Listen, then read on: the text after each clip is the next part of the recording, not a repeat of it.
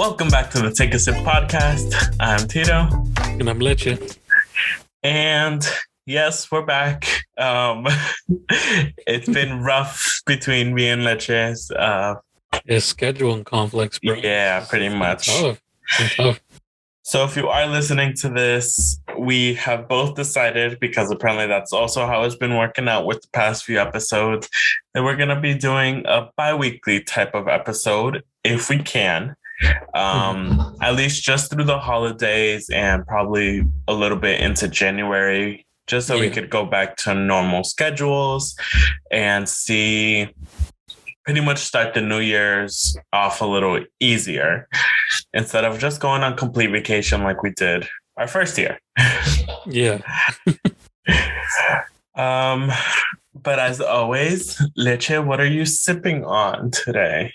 I'm drinking, just because it's a morning episode, of course, drinking some hot coffee myself. What about you? Hot coffee. I'm also drinking coffee, but it's Iced coffee? It's not really ice because I forgot to put ice in it. At this point, it's like rum temp coffee. Ew. It's so good. Yeah, still drinkable, I guess. It still has a bit of the chill on it, so. Oh, that's good. Technically still ice. All right. Oh, man. And really for this week, because it is December, gaming news is very difficult to come by right now because it is just last minute releases or more specifically movies that are coming out right now that everyone's more anticipated for. Yep.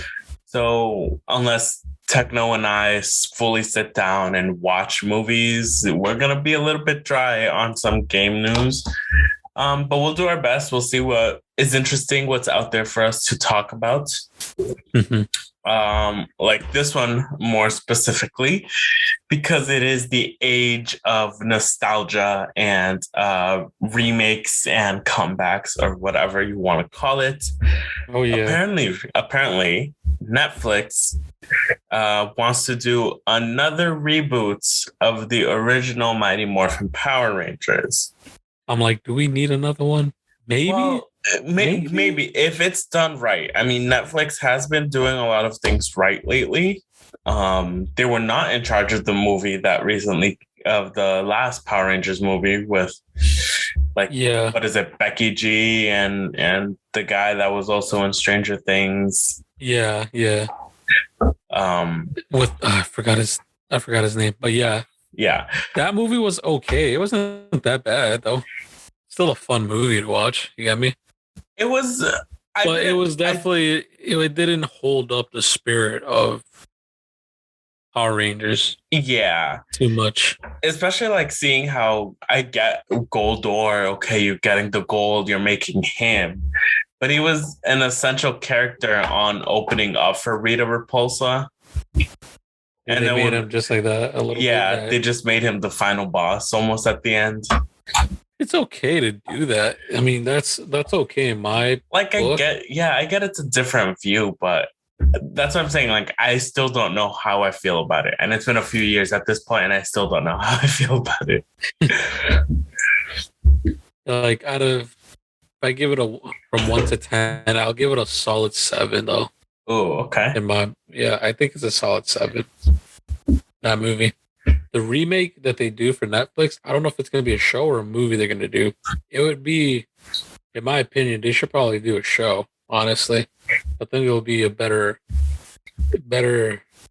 storytelling, because you can't just squeeze a bunch of shit in a movie, you get me? Yeah. I don't know if you agree with that. No, I completely agree, especially like a storyline such as Power Rangers, where like every season is different. I think they're also just doing it because they finally ran out of like what to make into Power Rangers. They had pirates, they had ninjas, they had dinosaurs, Jungle Fury. Pretty sure they had like Zeo, which is supposed to be like astrological signs or something. Yeah. So I mean, goddamn, so many, bro, throughout the years. It's like I could probably name the first like 6 generations or 7 generations of freaking Power Rangers, then I kind of lose it after that. I was like, fuck, so many, dude. Yeah. We started with Mighty Morphin, then Zeo, then Turbo, then from Turbo to Space, from Space to wow. No. What is it called? Fuck. Lightspeed Rescue. Lightspeed Rescue, yeah. Yeah, then from Lightspeed Rescue, I think we went into Time Force. Yep. And then from Time Force, yeah, I'm trying to remember, dude, because I was pretty good. Trust me, I was a big Power Rangers fan for sure. Then from Time Force, Jungle Fury. I think it goes in not Jungle Fury, Wild Force. Was it? Yeah, no. Yes, Wild Force. Yes. Wild Force, yes. Because I get confused with Wild Force and Jungle Fury because they're literally the same shit. No, not even Jungle Fury. I get confused with Wild Force, and I don't know why I got it confused with Lightspeed Rescue.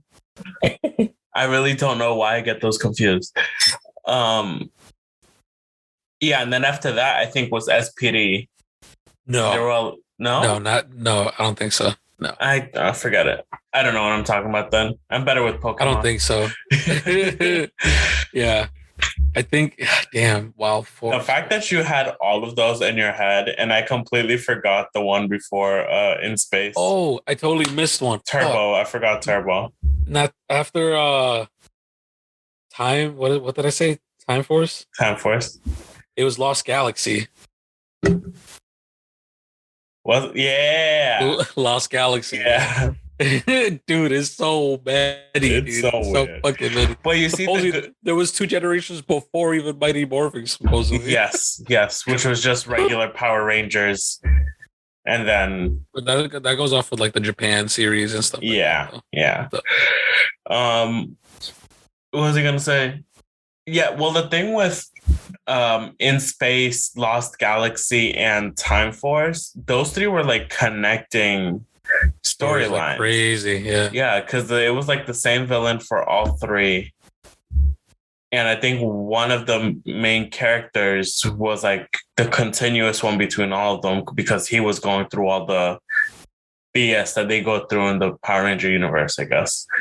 Yeah, dude. But the one thing I remember from Wild Force, the only reason why I remember Wild Force so vividly is because they had that specific episode where they had all the Red Rangers come together. Oh, was that the season? Yeah, that was that season. Yeah. It's the only reason why I remember up to that point. Because then after that, I'm like, fuck everything else, dude. That was it, bro. That was my fucking climax for fucking Power Rangers. Oh my god. It's all of them, dude. Literally. Oh shit, dude. Yeah. That was the dopest shit ever back in the well, I mean, besides all of that, I think the only continuous person is Tommy. Yeah. Or he somehow name dropped in some weird way. The legendary Ranger, Tommy. He's been everywhere. I kind of didn't like when they did Dino Force because there was only like 3 of them at the start. Yeah, then it ended up being with like 6 in the end either way. No, it ended up being like... Because then they got green. Because then they got black and white. Or whatever that gold dinosaur was. And then they had... 6. Yeah, no, 5. I'm also thinking. Yes, no, sorry. I'm also thinking of Ninja Storm. No, Ninja Storm. Ninja Storm had started with 3. Then they got the green. Then they had that dark blue and the dark red. Then they had a white one. Ninja Storm had like a whole bunch of other ones. I don't know. I don't think it had a white one. Pull it up. I think they did. I don't know. Could be fucking wrong, but I don't think so. I'm pretty sure they did. I don't think so. Wrong. Okay, they were also 5. They started off with the 3, red, yellow, blue. They had the green one, which was the glasses nerdy guy always in the dojo. Yes, sir. And then they had that weird dark red and that weird dark blue one. The weird, like it wasn't weird though. It was weird because their outfit is like half their color and then half black. That's true. Yeah, you got a point. And then it's not really red; it's like burgundy and navy. Oh, I don't know. But yeah, I mean, and from what I'm seeing, I think I did mess up. I said show. I think it is a cinematic universe that they are trying to rebuild for it. Yeah, you did say cinematic on it. Yeah. So cinematic universe. We'll see how that goes. I mean, movies are trying to capitalize on it. All really, yeah. It all really depends on how they just go about Mighty Morphing, which is normally the first film that they all do. If that goes well, you set yourself up right. If you bust, if like it's just a bust from that first film, it's gonna be hard to make. Yeah, it's pretty much over. I'm like, dude, it's like you gotta wait a couple more years and then retry. Unless all you're really interested, like impressing on like the little kids. Unless the parents don't like find some sort of interest in it as well, like it's not. Because the thing is, yeah, it depends who they're gonna try to cater for, right? Yeah, it all depends. Because if they're trying to go for a nostalgia factor, they're definitely aiming to make this a little bit like for our generation, like nostalgia factor type of thing. Yeah. But if they're trying to go the route like they usually do for kids and stuff like that, or teens, teens, quote unquote, it's okay with them going a different direction. You get me? Yeah. In that sense. Where you see that, I think that's where my fault with the last Power Rangers movie was, because it was weird seeing it so modernized to what we already like had, which is probably like why I couldn't get into it a little bit. It's like I get what you mean. I hate saying it like this, but like the show used to be so shit, and I miss that. Technically, it was so bad that it was good. Yes. That's so because if you go back and watch the like original Mighty Morphin, you're just like, dude, I could probably do this outside right now. Just do some fucking flips and shit and just make someone. He's just dancing while he's fighting.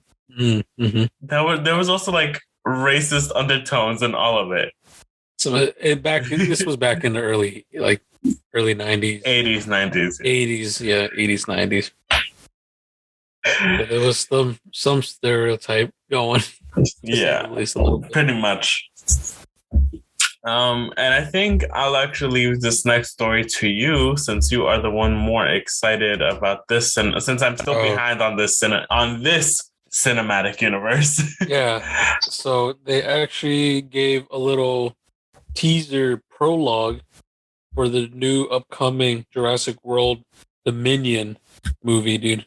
So this looks incredible, dude. Just like the direction they're going for on this. They kind of showed how it used to be millions of years ago back and stuff like that. And then they literally cut forward on one of the T-Rexes literally running rampant, going through a freaking drive-in movie theater, and freaking attacking everyone there, which is freaking incredible, dude. So who knows where this is going, dude? Yeah. And I don't think we have like who's gonna be in the movie or anything like that. We don't know if Chris Pratt is coming back as the main protagonist or anything like that and stuff like that. So I definitely want to see what's coming up with the graphics, dude. The graphics look amazing. I mean, they always look good on these movies. 100%, especially like if you take back what the original Jurassic Park was, like you could kind of, well now anyways, you could like, oh, that's just mechanical. I get it. I get how it's done. To seeing what they're doing with like this, like CGI and stuff, it's crazy. Yeah, it's like, wow, dude. It's crazy what technology has done in less than 20 years. I mean, less than 30 years. It's ridiculous. Compared from 1995 when that first original movie came out to what this movie is going to come out in 2022. Yeah. If they make a Land Before Time with this, dude, I would fucking buy it, dude. 100%. They should bring that movie back. That's a movie that deserves. That's a series. Yeah, like that needs to come back. Like that's literally like they got to redo that shit. Like honestly, probably not in this prowess. Like too realistic. Yeah, I think it'll still look good as a cartoon, but just don't fuck it up. You get me? Like don't do it too much. Yeah, just give it a nice coat of paint.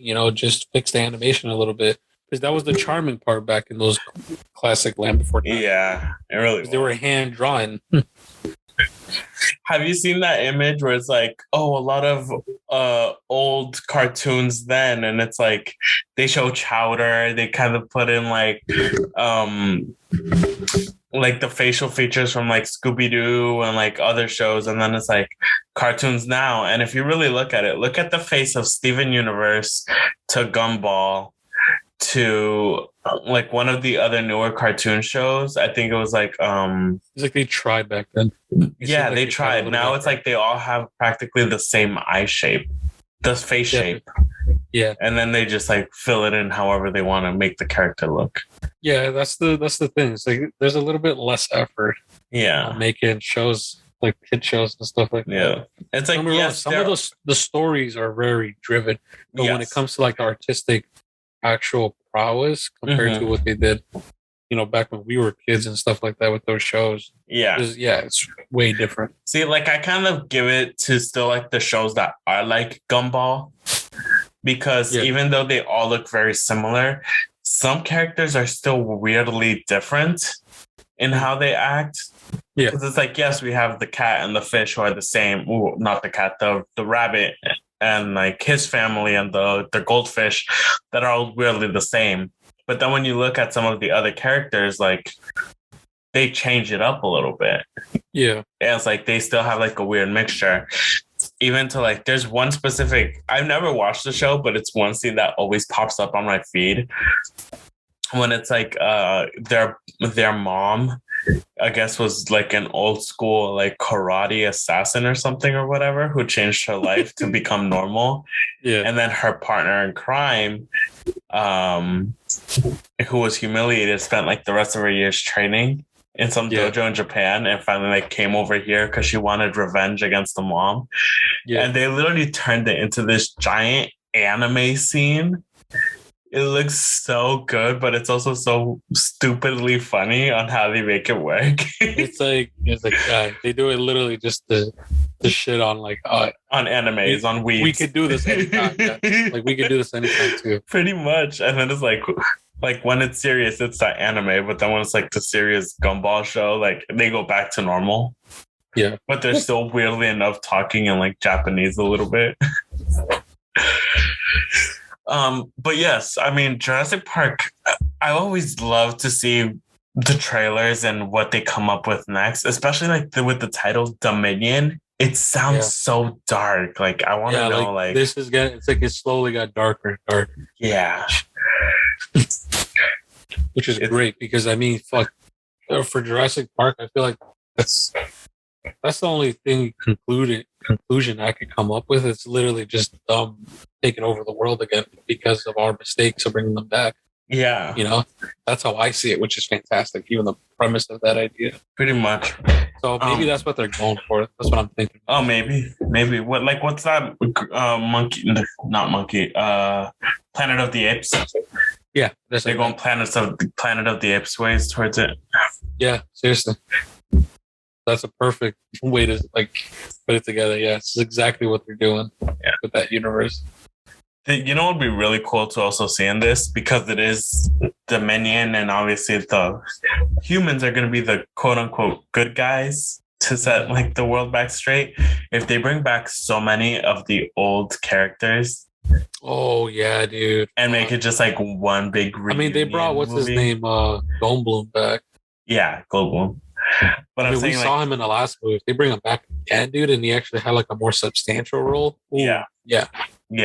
Not just like quick one-liner. That's gonna make me feel nostalgic as fuck. That'd be so cool to see. Seeing the kids like grown up again from the first one. That would be and this actually helping. Oh, that'd be good. Yeah, that would be so dope, dude. But again, if possible, don't mess this up. It's such a good cinematic universe. Exactly. No, I agree. And I think it's because they definitely don't want to fuck this one up because they had mixed reviews from the last one. Yeah. So, and I thought it was pretty good. I mean, I watched it. It was pretty good. So, we'll see. We'll see. And I mean, like we said, there's not really much to talk about except y'all are going to get nerdy Destiny, Techno, and Tito, or Alpha, or whatever you want to call me. Because there's big news coming to Destiny next week that we just kind of like want to talk about and go over, because we really haven't spoken to each other either in so long.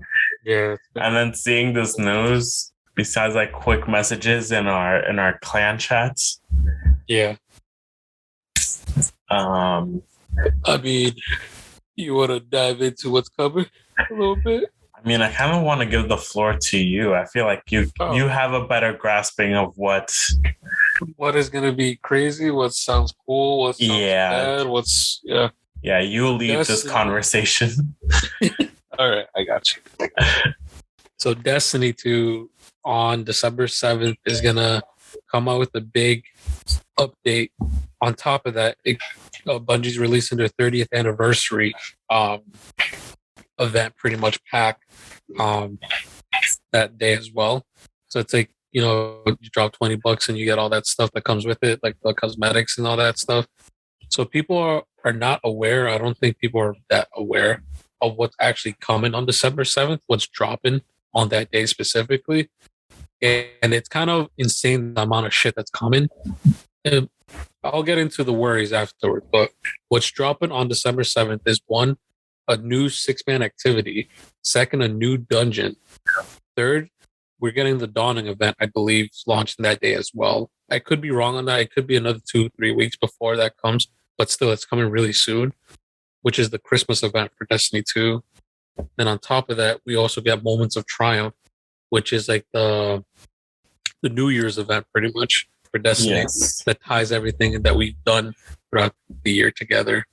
Mm-hmm. So all of that's supposed to be dropping literally on the 7th, which is kind of insane how much shit. And that's not including any new weapons that we're going to get or new armor and stuff like that too. Yeah. So, I mean, that's a lot in my opinion. Oh yeah. I was like, but for $20, is that worth it? Do you think that's worth it for $20? Want to hear your thought on that. As an avid day one Destiny player, for me, it technically is, because I have a lot more at stake and to risk. Besides like a newer player who really probably doesn't give half a rat's ass of like what's going on, of like what's going on, or is still getting the handle of what Destiny is. You get me? Yeah. So these are all just changes that they're making. So for me, it technically is. I'm literally just reading this whole article updates that they gave was so much to take in. They're changing like literally fundamentals. Fundamentals. Exactly.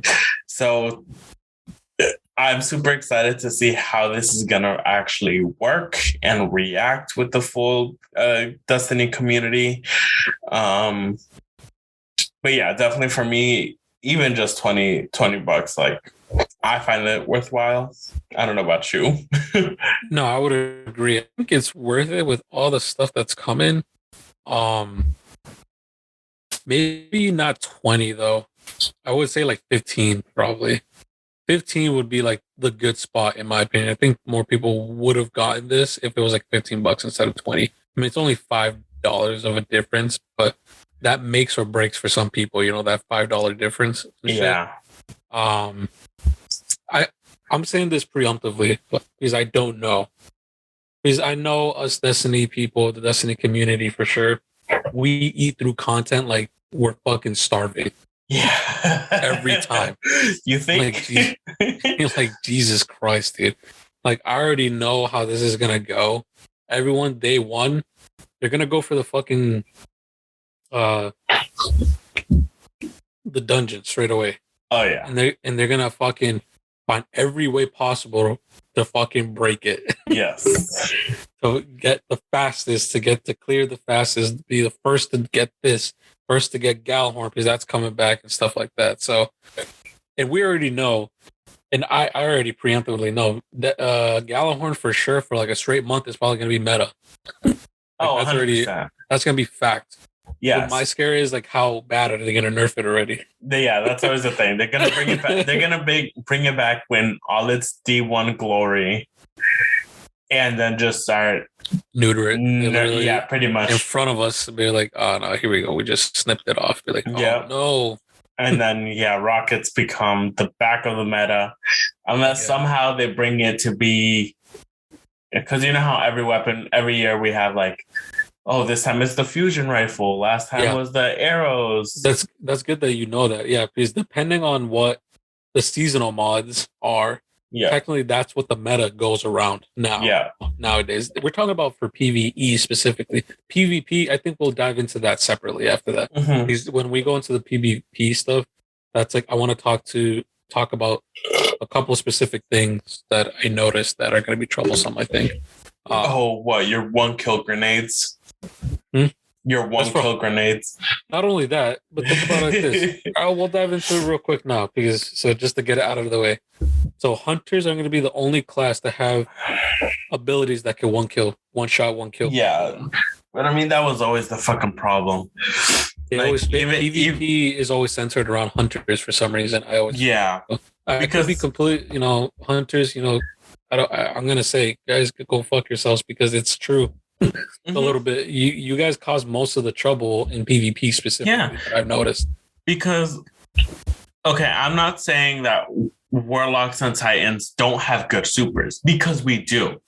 Oh yeah, I'm not denying that. Like, there's stuff that like we deserve to get nerfed. Like, there's some shit that like shoulder charge. That's rightfully so. Handheld supernova. Yes, rightfully so. Should not kill one shit like that. Exactly. But then you have supers from hunters. There's a couple that makes them free roaming, makes them invisible, makes them quick and able to still dodge in their supers.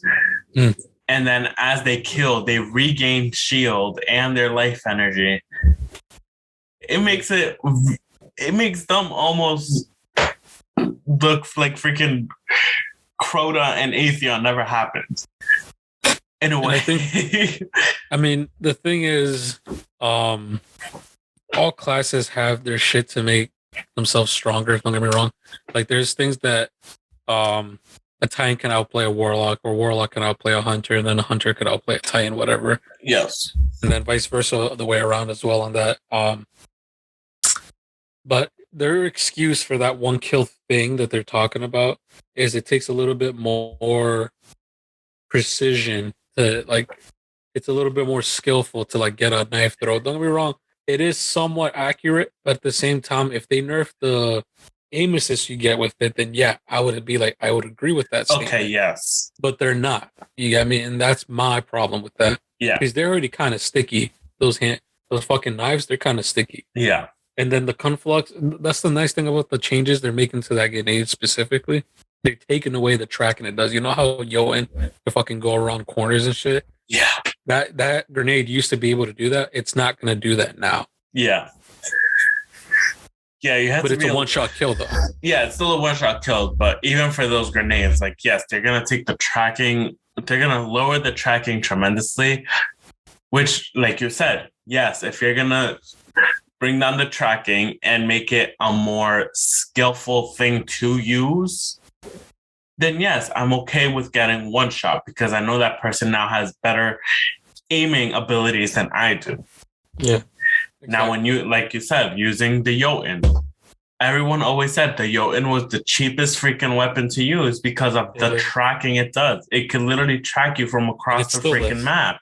And it still is. And it's still annoying. And people still then say, oh, I'm much better than you. It's like you're literally using the biggest handicap weapon there is in the game. Yeah, I was gonna say that. It's like people using like Tikus and shit or Le Monarch, like those guys are handicapped. Like they need help.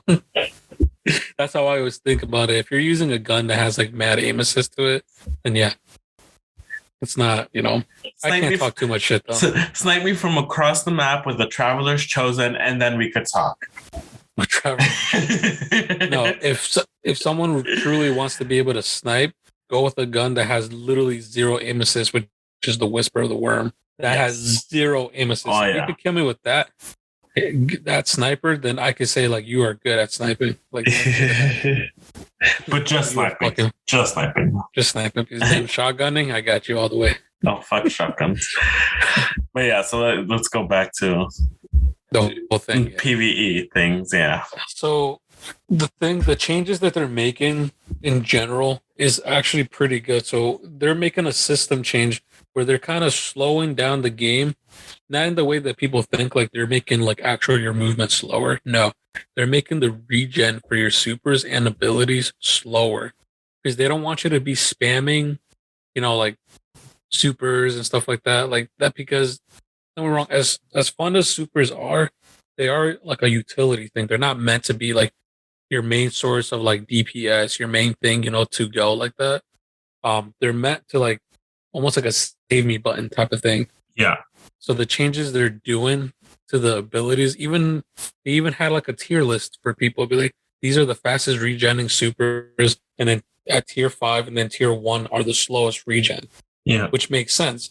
The stationary supers are literally going to be like the fastest regen because you can't move. There's no mobility. Like that means like bubble and well are going to be the fastest regenning supers in the game. Yeah. Forward. Which makes sense. You get me? Because you can't really move once you fucking place those things down. Yeah, you're stuck.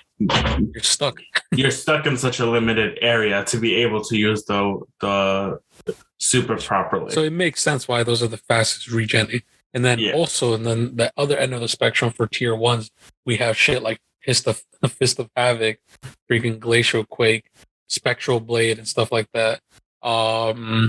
Winter's Wrath for freaking Warlocks there too. Is the movement you get. Any super that you could kill from a long distance or last way longer, since they're roaming supers, are gonna have the slowest time to regen pretty much. And on top of that, I believe they're also changing how you get your super as well. A little bit. It's like you actually have to fight enemies. Oh yeah, you actually have to be in the heat of battle and not just super sideline. Yeah. So I think it's the amount of damage dealt and the amount of damage taken now affects how much super energy you get back. Yeah. Which at that point I'm kind of okay with because I always push. Yeah, you always push, and that's how I was kind of used to playing anyways when I played Overwatch, because Overwatch was the same thing. Like, yes, there's a base set on every few seconds you'll get a certain amount of super energy depending on who you're playing. But you'll get faster if you're actually in the heat of the battle. Exactly. You deal damage, you'll get more. You take damage, you get even more still. Because you are risking it for the biscuit, but like I said, yeah. Which actually makes the game a little bit more fun, and actually makes, if you think about it, it really ups the time on how much you're actually playing. Yeah. Instead of just sidelining, waiting for your super. And that's what they're trying to avoid. They're trying to avoid you pretty much staying back of the map. They don't want you to camp, like holding off your super, they want you to actually fucking use the thing. Yeah. Also too, because if you really think about it, even are we talking PvE or PvP? It's kind of both. Because that goes in like hiding behind shit just to wait for your super. It's like that deals with both shit, both ends. Yes. You get me? Okay. But here's my thing. I kind of hope it's separated or handled a little bit differently because yes, I don't mind being in battle like in PvP, because I mean that's the game. You're trying to shoot each other out. You get me? It sometimes just feels like in Crucible it is so ability dominated. Right now, yeah, they're trying to take that away. They want you to focus up on the game, like the gun battles instead, which is fantastic because I've always said that. Like, I always make a joke with Miles and like some of the other clanmates and be like, "Yo, as soon as Shatter Dive is gone, dude, all these hunters are gonna go from like a 2-point KD to like a 0.5 real quick." Oh, 100%. Because they used to be able to, do the whole shatter dive, which is just create a big glacial wall. Yeah. Freeze your enemy and just slam down for an insta kill. Yeah. Which I feel like that's mindless and it's kind of like no skills. But at the same time, there's the other, like other subclasses like Titans that have the one hit fucking shoulder charge. Yes. Which I know that's annoying, and I understand that completely. Because I'm okay with that nerf. That's literally the whole freaking game after. Which is unfortunate because me as a Titan main, I don't even do that myself because I know how cheesy that shit is. Yeah. That's literally the cheesiest of things you can do. Yeah, that should be stat as to be like a last second, like reserve desperation thing. Desperation thing, exactly. Yeah, it's like a desperation thing. Like you're closing the gap, you're going in with a shotgun, you're rushing. It's like you have no ammo. It's like when you solar super someone because you freak out that you're gonna die. Yeah. And then you still somehow miss your super and still die. Like the unfortunate events followed. Talking from experience, but yeah, I mean, yeah, there's a lot. Like but that super thing that they talked about, that's like the more exciting aspect of it. I personally think because it's really gonna change how we go about the game now. There's some changes also for, by the looks of this, like weapon tunings and stuff like that. Some exotics getting nerfed, some exotics getting buffed and stuff like that. Yeah, which is good. This is just so much on this update. It really was. They say that this is probably one of their biggest updates that they did in a while, because this is, I think they said also, this is preemptively making updates for Witch Queen that's coming up in February as well. So this is helping them tie shit together pretty much for that as well. Yeah. So I was like, oh, okay, that's good. That's good. Yeah. I mean, to hear Witch Queen news. 100%. Like, as time just gets closer and closer, I'm excited. I'm really excited. And for those who are listening, if you have not heard as well, Destiny will no longer be on the Xbox Game Pass. Mm-hmm. So make sure you buy. Make sure you have all your seasons and things like paid for, because a lot of things will also be leaving us by the time Witch Queen comes. I believe the Tangle Shore will no longer be available. So that means certain strikes, certain medals, if you're still working on your medals, like won't be there anymore. So unless you get them now, I'm specifically talking about like, the titles you get underneath your name. Yeah. So unless you really grind out for those and get them, which I'm pretty sure it's still difficult to get some of them, because I don't know if they're still in game or if they're on rotation for certain strikes or stuff. Yeah, certain things are in rotation. So I don't know. This definitely seems like it's gonna change up the game a little bit, which should be like a bit of a fresh breath of air for a lot of us. Oh yeah. Trying to like adapt and learn everything new. Especially like me, I'm someone who really doesn't keep up with this news, unlike you, Leche, who keeps an eye on this on a weekly basis, seeing what's coming. On a daily basis. On a daily basis. Oh my god. Nah, I'm kidding. It's weekly basis though. I always wait for this week, the TWA update. I usually look at that, and if there isn't any, I just look at Twitter real quick, and then like there's nothing there. All right, cool. So yeah, I mean, at this point, all we really can do is just grind up and see how far we get, and really just get ready for everything coming to us, because that Witch Queen storyline just keeps looking like it's getting better and better. Definitely, Bungie has done a good job. I mean, right now it kind of sucks that the story is kind of on a halt completely. It kind of sucks right now, not gonna lie, because we probably won't see the end or the conclusion of this story until Witch Queen, like literally probably like a week or two beforehand. Yeah. Which sucks. But storytelling wise, so far up to this point has been good. Oh, 100%. Everything that we did literally from Beyond Light, from the beginning of that, is leading up to this story right now. Uh-huh.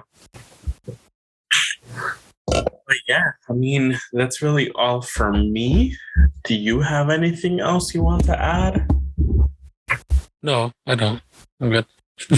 I'll do just one quick little thing. If you are a Dead by Daylight player, as myself, I believe The Artist, which is a new killer, should be coming out fairly soon. If not, she is already out, along with a new survivor and a whole bunch of new perks and abilities. So The Crow really looks... The Artist... I forget what she's called. The Crow or The Artist? The Crow Artist. The Crow Artist. The Crow Artist. Because her abilities revolve around the crows. So the Crow Artist really seems like a cool new killer to play as. It's very different, where you can lay traps and pretty much send them out like straight across the map for a new sense of intel abilities, kind of, you could say. If it hits the survivors, it pretty much shows them for a little while on the map and where they are moving. And even if you hit them again with the same ability, it pretty much counts as an actual hit. So it's very different from any other survivor we have. I mean, killers that we have and their abilities. And even survivors wise, they're bringing in a lot of new perks that work with the totems. So instead of fully destroying your totems, you could actually make the totems work for you, putting on blessings and actually help heal faster, get up if you're downed, or lose your scratch marks, and silence you if you are within the area of the totem. So I mean, that's much different than from what the game was originally. So that's cool and fun to know. And besides that, Leche, where can people find you? People can find me at Leche Munuesa on Instagram. And where can people find you, dude? And then I am at One Alpha Penguin also on Instagram. And I am also on One Alpha Penguin on Twitch.tv, where I am currently going through my Shining Pearl gameplay. I'm only I just barely finished my first gym. So I'll try to stream as much as possible. Like we said at the beginning, our schedules this month in general is just hectic. But yeah, it looks so good. Even how a lot of the moves work is so good. But yeah, I can't wait to play that myself. I know, you need to get it, bro. You need to get Diamond. And then you guys can follow the podcast on Instagram at takeasip_pod, and even go on the YouTube where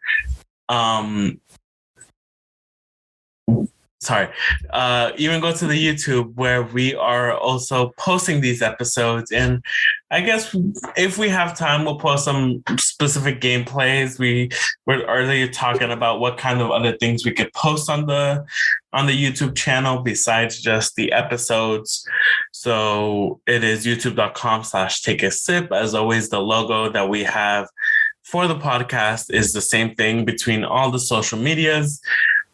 And that is it.